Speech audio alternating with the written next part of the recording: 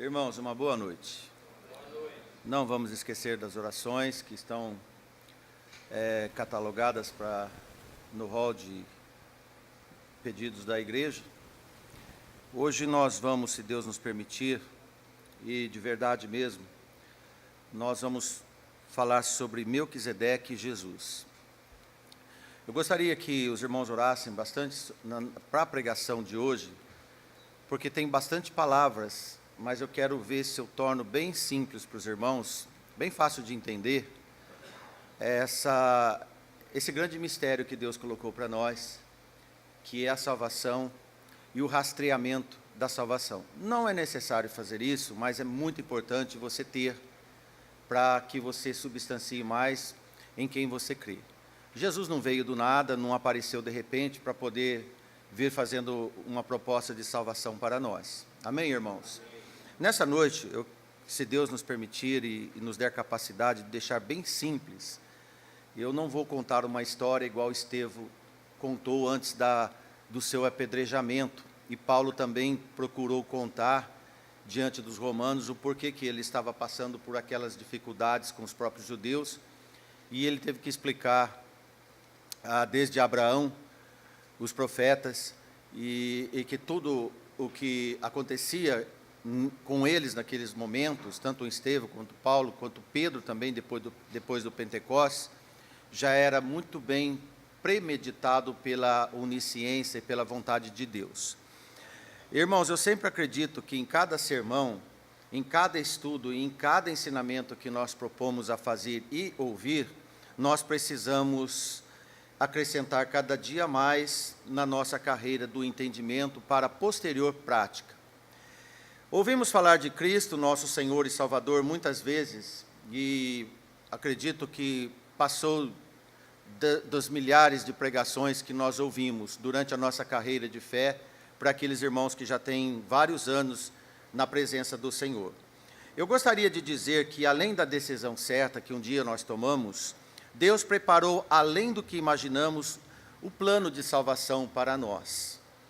Então, nós vamos começar a relembrar os irmãos e aqueles que não conhecem.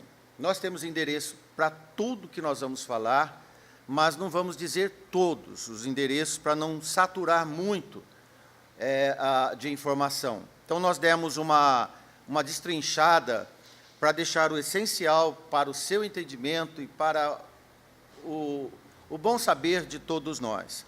Vamos um pouco de história. E é claro que quando nós começamos do começo e no livro de Gênesis. Depois que os descendentes de Adão e Eva pecaram muito, isso lá em Gênesis 6, e o Gênesis 6 falam de coisas muito horríveis, mas essas coisas tão horríveis que são, faz um paralelo com os dias de hoje. Por exemplo, diz que naqueles tempos, os filhos de Deus entraram às filhas dos homens, e geraram filhos, e estes eram valentes, que houve na antiguidade, homens de fama. Hoje nós temos também na cadeia homens que fizeram muitas atrocidades no nosso país, e eles tornaram-se famosos. Então, quando a Polícia Federal vai transferir eles, vai de jatos, e a televisão fala, eles ficaram famosos. É um paralelo simples que eu faço aqui para os irmãos, para a gente começar. No versículo 5 de Gênesis 6, diz que o Senhor viu a maldade dos homens, essa maldade se multiplicava sobre a terra, e toda a imaginação de pensamentos do coração era só má continuamente, certo? E Deus sentiu mal com isso. E aí ele viu que existia um homem chamado Noé, que era um homem justo, um homem de boa índole, e ele era perfeito em suas gerações, porque Noé andava com Deus. E Noé teve 3 filhos, Cão, Sem e Jafé. E nesse meio todo que Noé habitava, a terra estava toda corrompida, toda pervertida, e a terra com perversão associado à violência, essa mistura maligna, deixou o Senhor muito arrependido, muito triste desta cena que ele via, porque toda a carne havia se corrompido na terra. Então Deus chamou Noé e disse: olha, vou ter que dar um fim nisso. Deus pediu para que Noé fizesse uma grande nau, chamada Arca de Noé. Todos já ouviram falar, nem todos creem, mas todos ouviram falar.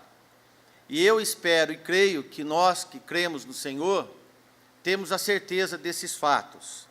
Bom, depois do dilúvio, e entraram 8 almas nessa arca, Noé, sua esposa, seus 3 filhos e suas 3 esposas.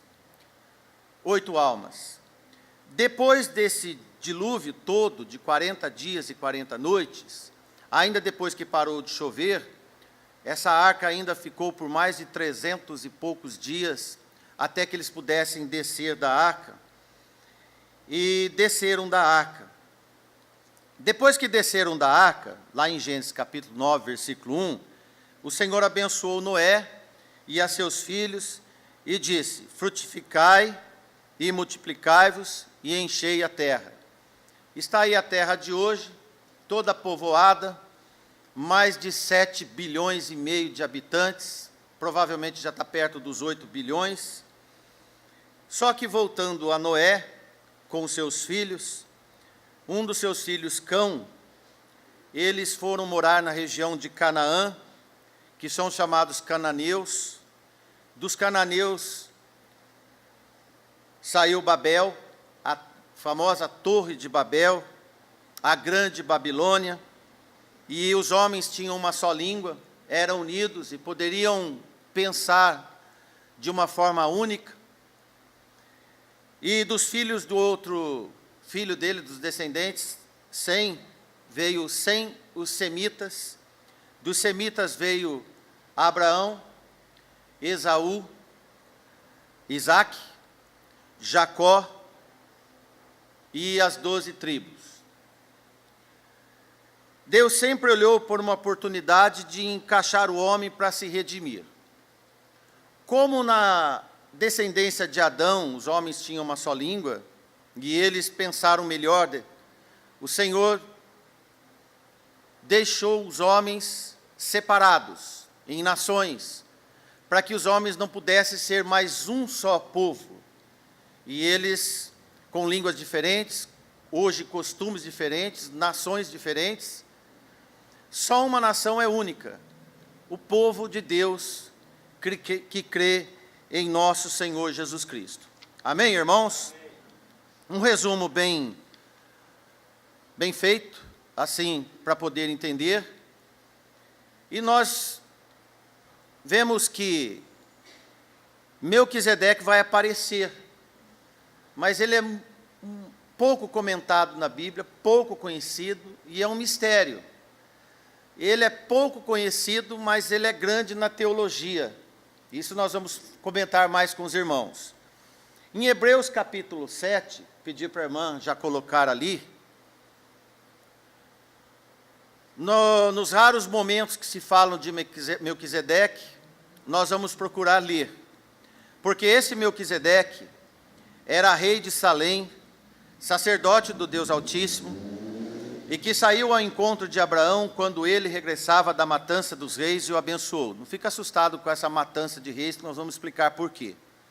Aqui também Abraão deu dízimo de tudo, e primeiramente por interpretação, rei de justiça, e depois também rei de Salém, que é rei de paz, sem pai, sem mãe, sem genealogia, não tendo princípio de dias nem fim de vida, mas sendo feito semelhante ao Filho de Deus, permanece sacerdote para sempre.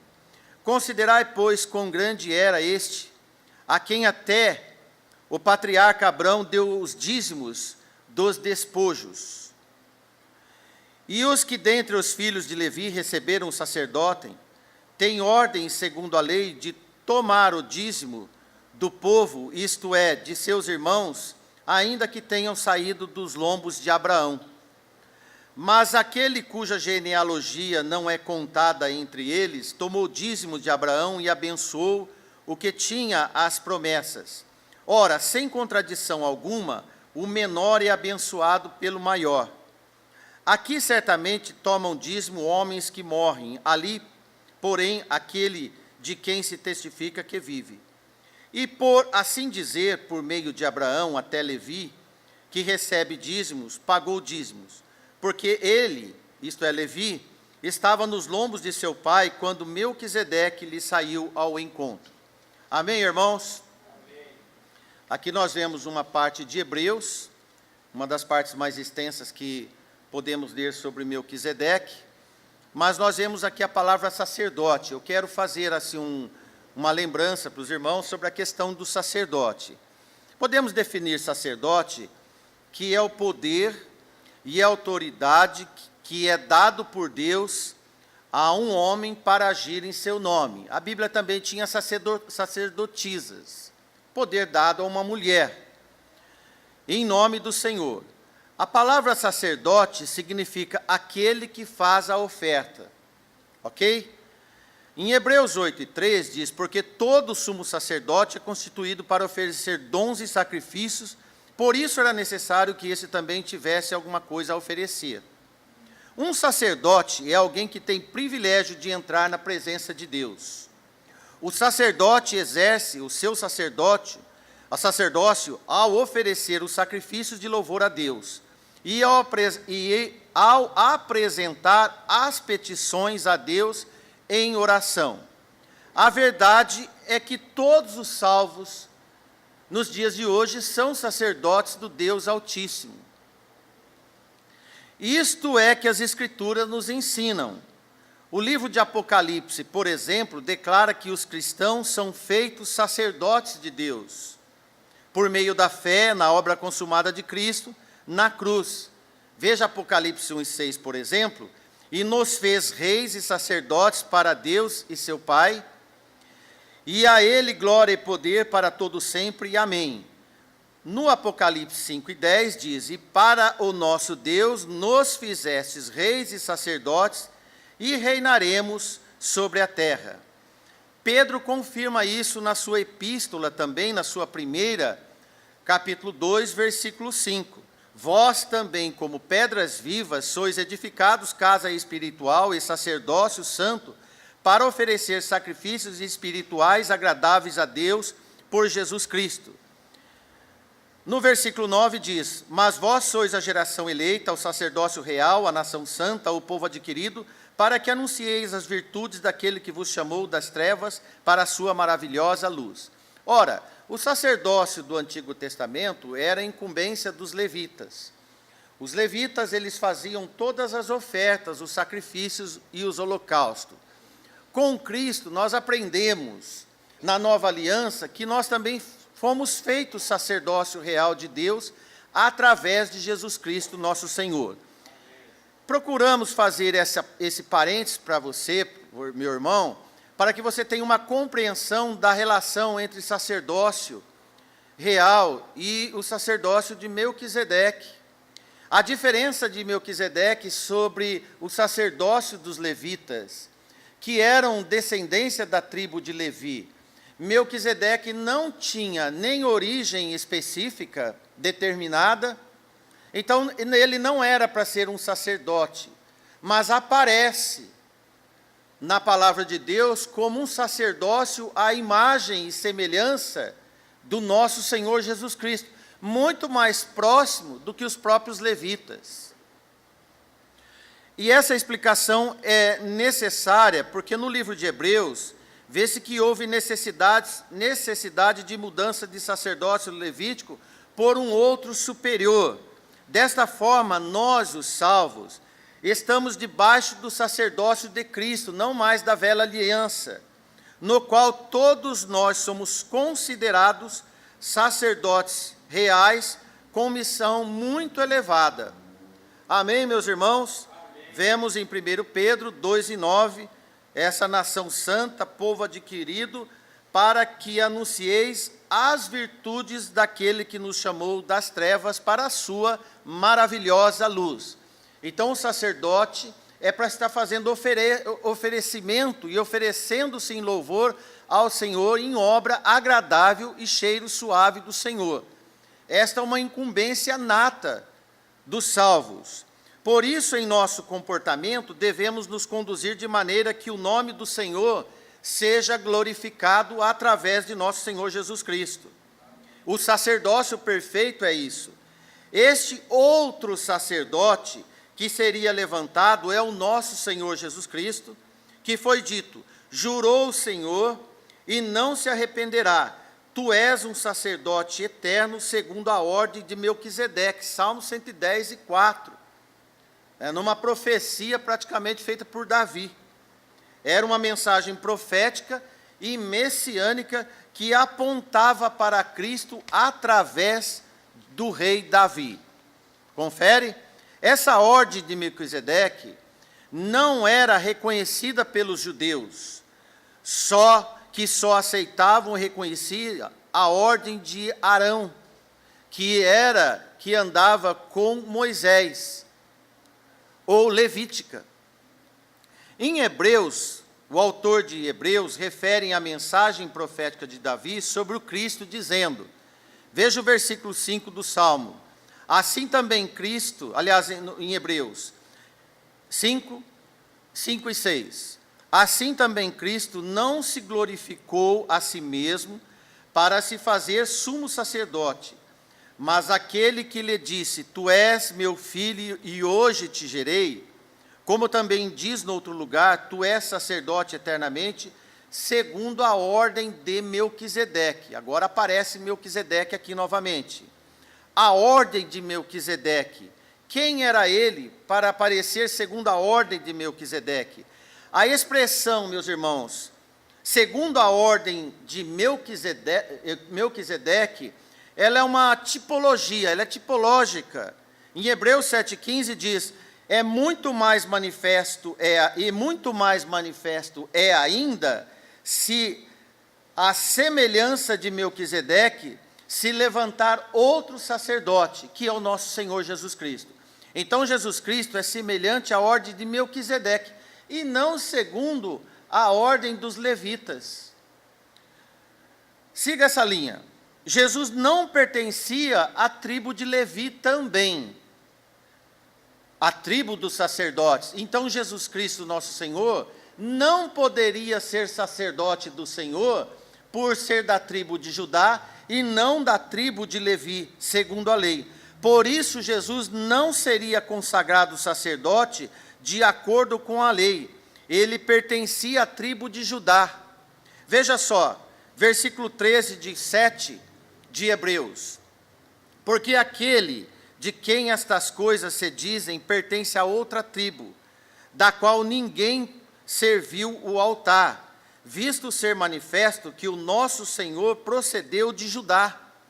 E concernente a essa tribo, nunca Moisés falou do sacerdócio. Aí fica muito estranho para os judeus, mas abre as portas para nós ligarmos lá atrás, depois de algumas gerações de Noé. E isso nós vamos ver mais.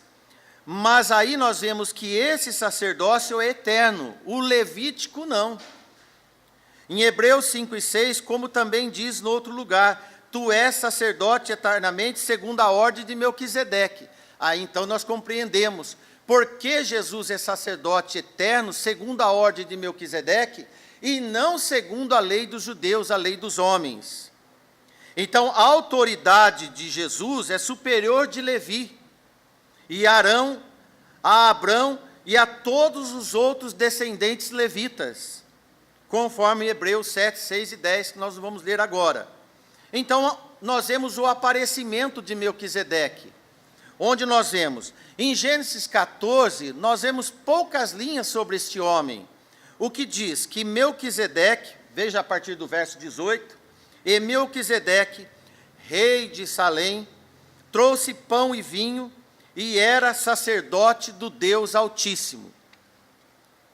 E abençoou e disse, bendito seja Abraão pelo Deus Altíssimo, o possuidor dos céus e da terra, e bendito seja o Deus Altíssimo, que entregou os teus inimigos nas tuas mãos, e Abrão deu-lhe o dízimo de tudo.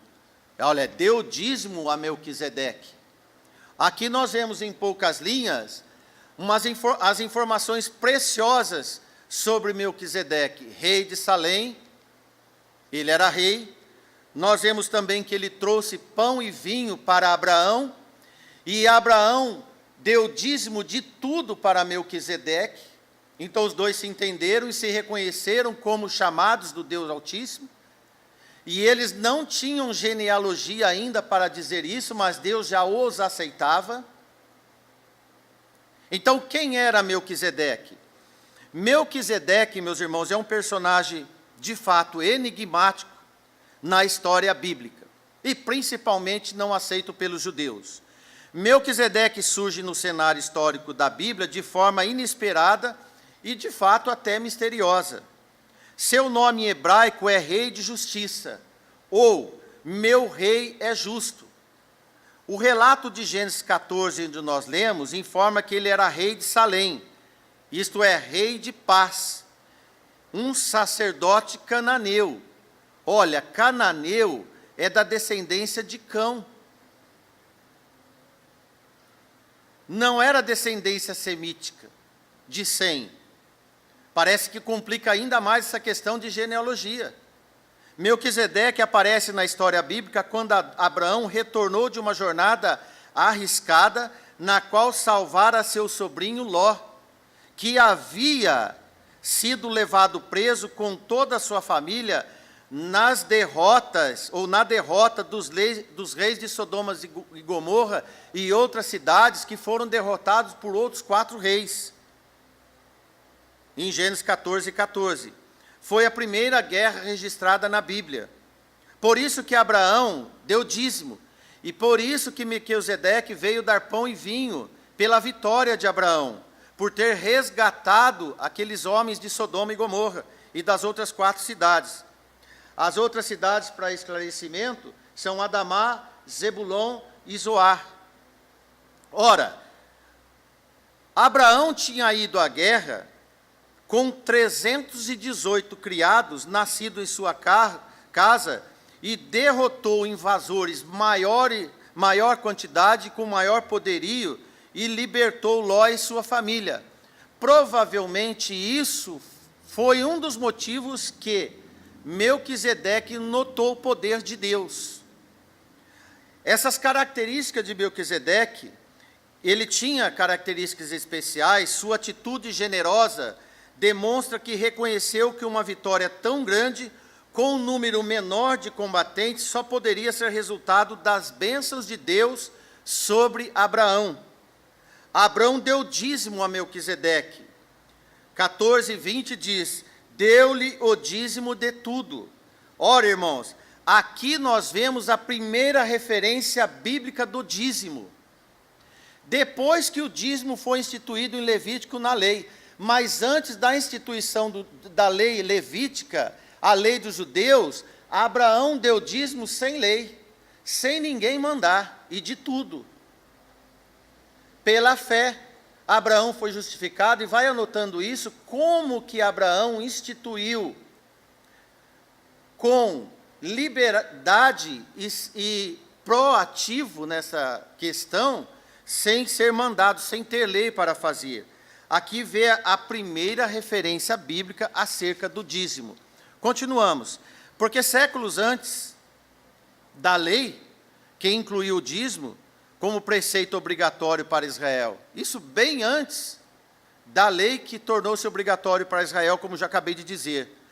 Então Abraão entendeu que, tendo sido abençoado pelo sacerdote de Deus, Melquisedeque, o sacerdote do Deus Altíssimo, deveria ser grato a Deus pela bênção da vitória, e isto foi espontâneo.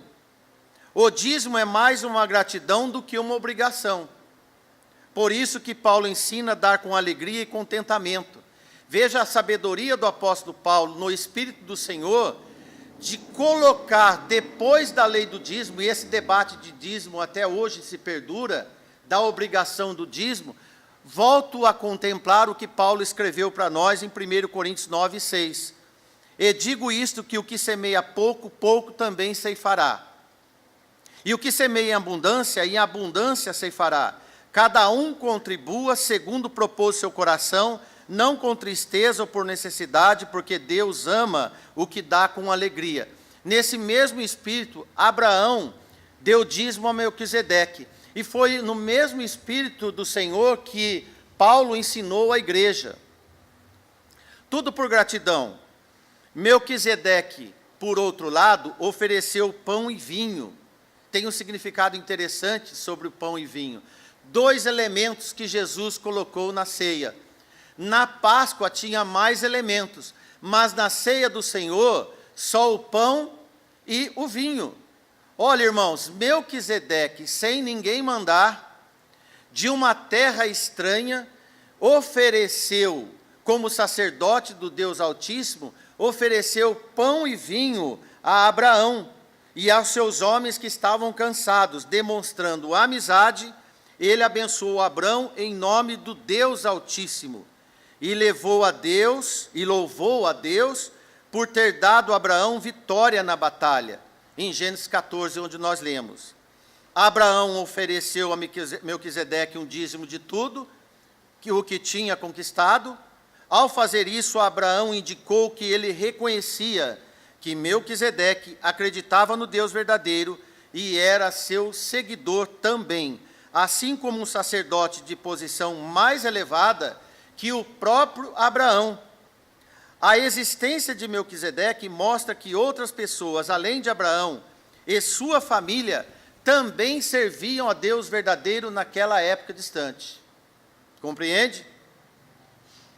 Veja aqui em Salmo 110, esse salmo vamos dizer, messiânico de Davi, nós vemos assim, 110:1.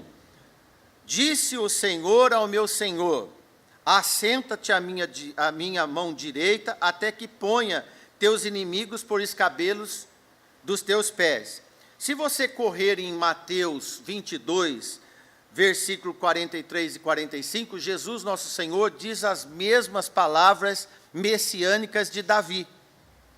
E o Senhor enviará o cetro da tua fortaleza desde Sião, dizendo: domina no meio dos teus inimigos. O teu povo será muito voluntário no dia do teu poder, nos ornamentos de santidade, desde a madre da alva, tu tens o orvalho da tua mocidade. Não se arrependerá, tu és um sacerdote eterno, segundo a ordem de Melquisedeque.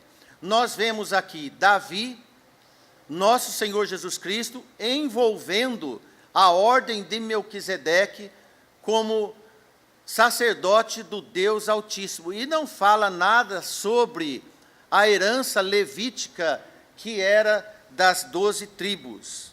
Amém, irmãos? O autor de Hebreus diz que ele era sem pai, sem mãe, sem genealogia, não tendo princípio de dias nem fim, mas sendo feito semelhante ao Filho do Homem, permanece sacerdote para sempre. O exemplo de Melquisedeque, que não tinha nenhuma estrutura genealógica para poder se afirmar como sacerdote de Deus, não tinha paternidade que poderia se arcar como sacerdote de Deus, não tinha um nascimento de uma localidade de procedência para se firmar como sacerdote de Deus. Nós vemos que o nosso Senhor Jesus Cristo, de uma tribo que também não era sacerdotal, veio de uma localidade que ninguém dava crédito, e disseram que pode vir daquele lugar, de Nazaré. Então esses paralelos, essas semelhanças, não são coincidências, são propositais para que você, meu irmão, que também não tem genealogia nenhuma para ser inserido no contexto de encaixar-se automaticamente no reino de Deus, sem a obra do sumo sacerdote, nosso Senhor Jesus Cristo, a exemplo de Melquisedeque. Amém, irmãos?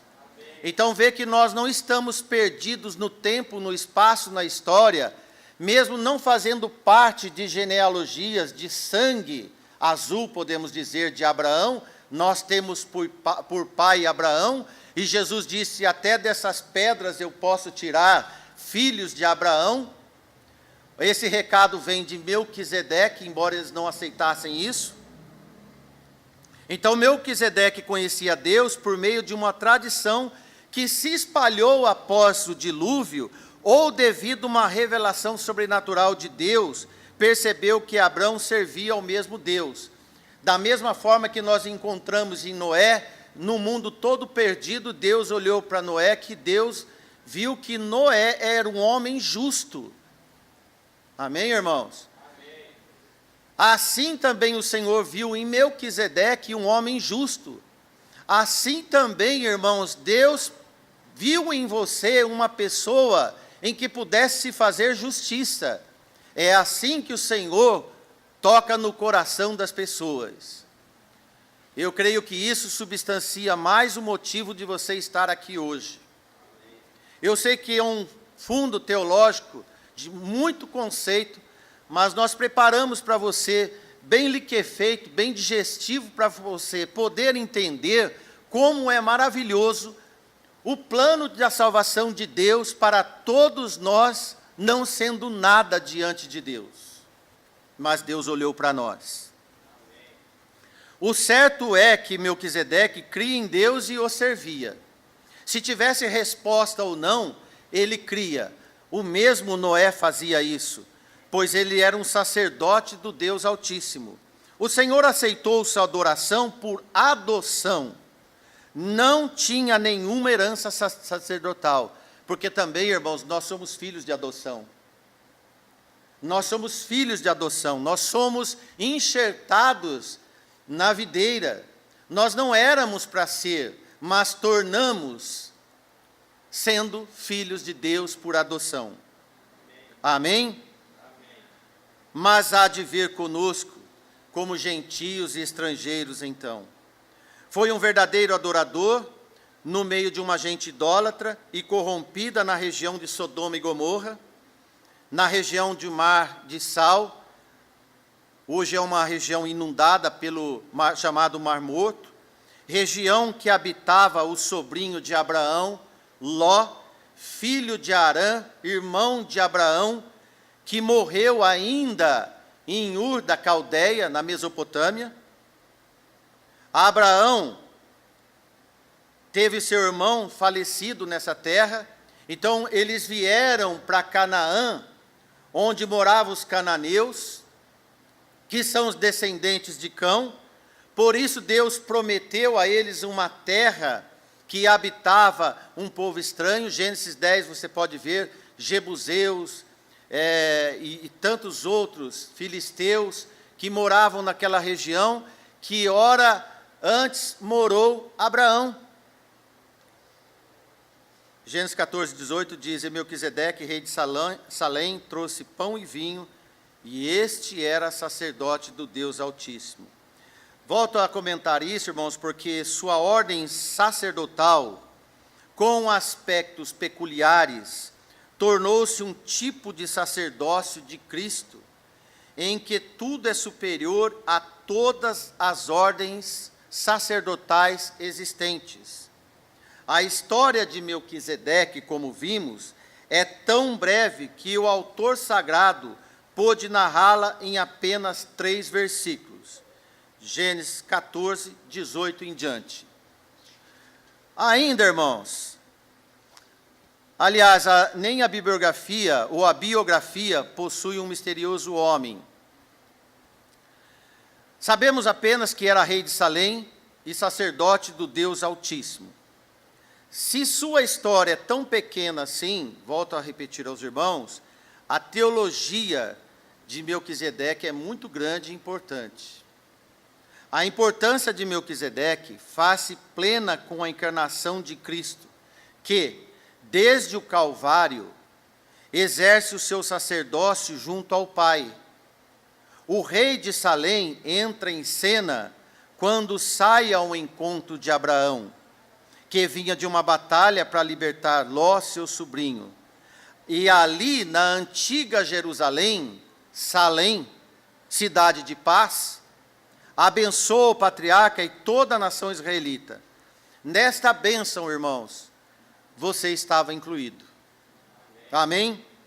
Sendo assim, podemos entender que, primeiro ponto, o profeta representava Deus diante dos homens.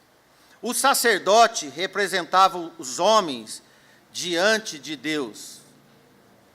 E o rei, abaixo de Deus, governava os homens. Melquisedeque exerceu esses 3 ofícios. Foi profeta, foi sacerdote e foi rei. Jesus cumpre os 3. Antes de terminarmos, eu vou passar o tempo de Jesus nessas 3 fases. Vamos então. Jesus profetizou. Isso foi o ministério passado de Jesus. Mateus 21:11 diz: e entrando ele em Jerusalém, aliás, 21:11, eu estou lendo 10. E entrando ele em Jerusalém, toda a cidade se alvoroçou, dizendo: quem é este? E a multidão dizia: este é Jesus, o profeta de Nazaré da Galileia. Jesus, profeta.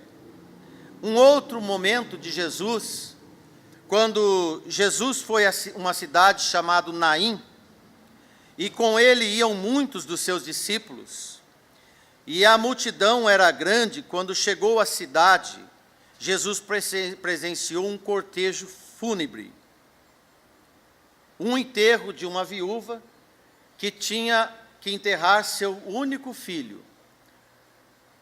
E com ela ia uma grande multidão da cidade chorando. Jesus, vendo essa viúva sem mais alguém, e o seu único filho morto, se comoveu com isto. E Jesus, dessa íntima compaixão, disse a ela: não chores. E chegando-se, tocou no caixão e disse: jovem, a ti te digo, levanta-te. E o menino defunto assentou-se e começou a falar, e entregou a sua mãe. Nós vemos esta referência, Mateus 21:11. Veja, e a multidão dizia: este é Jesus, o profeta de Nazaré e Galileia. Olha, vir profeta de Nazaré da Galileia, os religiosos não criam, mas o povo estava entendendo Jesus, o profeta. Amém, irmãos? Amém. Entre outras referências, podemos ver a mulher samaritana em João 14, 4 e 19, quando Jesus disse a ela sobre os seus maridos, ela disse: Senhor, vejo que tu és um profeta.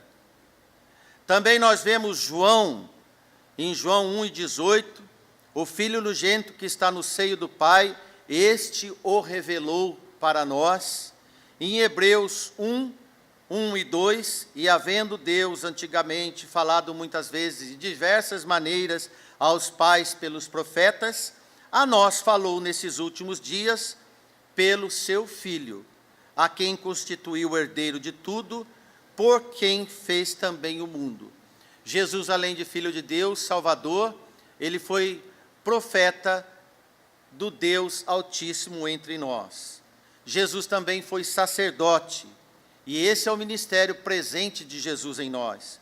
Romanos 8:34 diz: quem é que condena? Pois é Cristo quem morreu, ou antes quem ressuscitou dentre os mortos, o qual está à direita de Deus e também intercede por nós. Exatamente o papel que o sacerdote fazia. Jesus, o sacerdote do Deus Altíssimo, hoje intercede por nós como o príncipe dos sacerdotes, o sumo sacerdote que intercede por nós nos dias de hoje. Em Hebreus 4:14 diz: e visto que temos um grande sumo sacerdote, Jesus, Filho de Deus, que penetrou nos céus, retenhamos firmemente a nossa confissão. Amém, irmãos? Amém. Jesus para nós é isto. Nós vemos ainda que esse sacerdócio de Jesus é eterno. Hebreus 27:24 diz: mas a este, porque permaneceu eternamente, tem um sacerdócio perpétuo. Amém, irmãos? Amém. Jesus reinará. E agora nós saímos do presente e vamos para o futuro. Você crê que Jesus reinará um dia conosco? E essa é a esperança dos salvos. Apocalipse 19:11 e 16, na revelação de João, na ilha de Patmos, que todos nós conhecemos. Diz assim, na escritura de João: e viu o céu aberto, e eis que um cavalo branco, e o que estava sentado sobre ele chama-se Fiel e Verdadeiro, e julga e peleja com justiça. Rei julga e rei vai na peleja com os seus. Amém, irmãos? Amém. Versículo 16 diz: e no manto e na sua coxa tem escrito esse nome: Rei dos Reis e Senhor dos Senhores. Amém? Amém. Que Deus nos abençoe. Amém.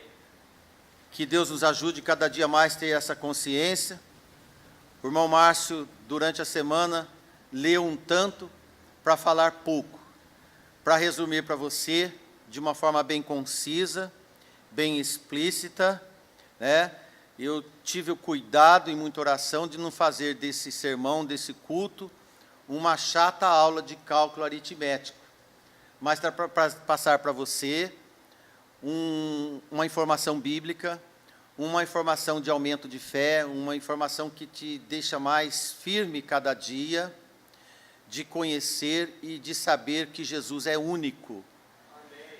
Amém. Nós preparamos essa pregação para você hoje porque tem um embate de parear Jesus com outros personagens. Não vou citar nome. Então se compara, Jesus foi um profeta como tal. Jesus foi um homem que teve uma vida a exemplo de tal. Jesus, irmãos, é único. Ele é sacerdote do Deus Altíssimo. Ele foi profeta quando esteve aqui na terra. E ele vai ser rei. Nós vemos em Melquisedeque, que deixou esse exemplo, tipo para todos nós, numa leitura bem breve, numa leitura rápida, resumida, desse misterioso homem, que muito trouxe para nós de um alicerce, eu posso dizer de um subalicerce, para nós estarmos alicerçados na rocha eterna. E saber que o fundamento de Deus, para todo aquele que quer reiniciar um pacto com Deus, não é de hoje, não é de 2000 anos. Quando nós pregamos, parece que a salvação começou há 2000 anos atrás. Isso é muito confuso para as pessoas. E nem foi também, irmãos, de 5000 anos atrás. Quando se supõe que começou as gerações, que é o calendário judaico, de 5 a 6 mil anos. O Senhor estava desde o princípio, no princípio era o Verbo, e o Verbo estava com o Senhor desde o princípio. O Senhor tem uma missão para contigo, de te resgatar e te repactuar.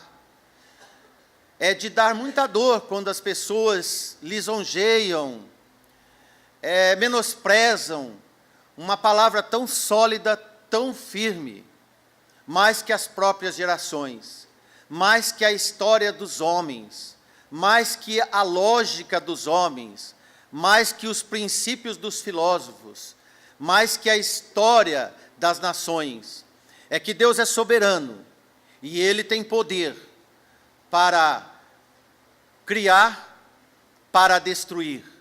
Deus criou o homem e por pouco não destrói toda a humanidade. De 8 almas, Deus ainda abençoou, como nós lemos em Gênesis. O Senhor ainda teve a misericórdia de abençoar Noé, sua esposa, seus 3 filhos e suas 3 esposas, para que se multiplicassem e povoassem a terra. Hoje a terra está mais povoada do que nunca. E assim vai ser sempre numa progressão geométrica. Por mais que tende-se a maneirar os homens na sua procriação. Mas a história de Deus para o homem, ela é feita entre o alfa e o ômega, onde está posto Jesus. A história de Deus para o homem é desde o princípio e o fim, por isso é eterno. Não tem começo, não tem fim. O Senhor é tudo. Então Deus propôs para nós que nada éramos, a exemplo de Melquisedeque, a exemplo de Abraão, que era um homem que vem lá da Caldeia, da terra de Ur, de uma sequência de geração de Noé, que um dia o Senhor viu graça nesse homem pela fé que tinha. E Noé, Deus viu também que era um homem que não era cabível morrer afogado no dilúvio, para aqueles que creem. Mas crendo ou não crendo, brincando, levando a sério, Deus executa os seus propósitos. Amém. Pode desacreditar de tudo que é sagrado, mas o que é sagrado, o que Deus propôs, vai se fazer acontecer. Jesus disse que nenhum assento, nenhum tio da lei, das ordenanças de Deus, vão ser tiradas. O homem quer tirar, o homem quer colocar o que lhe é apraz, o que lhe dá gosto, na lei de Deus. Maculam o que é sagrado, e isso não é de hoje. Mas Deus permanece fiel para aqueles que são fiéis. Entre Melquisedeque, Abraão e o nosso Senhor Jesus Cristo, foi apresentado a nós o plano de salvação. A um povo que nada era, nada tinha. E hoje podemos dizer que somos tudo diante de Deus, para a glória e honra do sumo sacerdote, nosso Senhor Jesus Cristo, que está à destra de Deus e por nós intercede. E um dia Ele vai voltar para reinar com o seu povo. Amém? Uma boa semana a todos nós. Amém. Obrigado. No serviço do meu rei eu sou feliz, satisfeito, abençoado, proclamando do meu rei a salvação. No serviço do meu rei, no serviço do meu rei, minha vida empregarei. Gozo, paz, felicidade, tem quem serve ao meu bom rei. No serviço do meu rei eu sou feliz, obediente, corajoso, na tristeza ou na alegria eu sei sorrir. No serviço do meu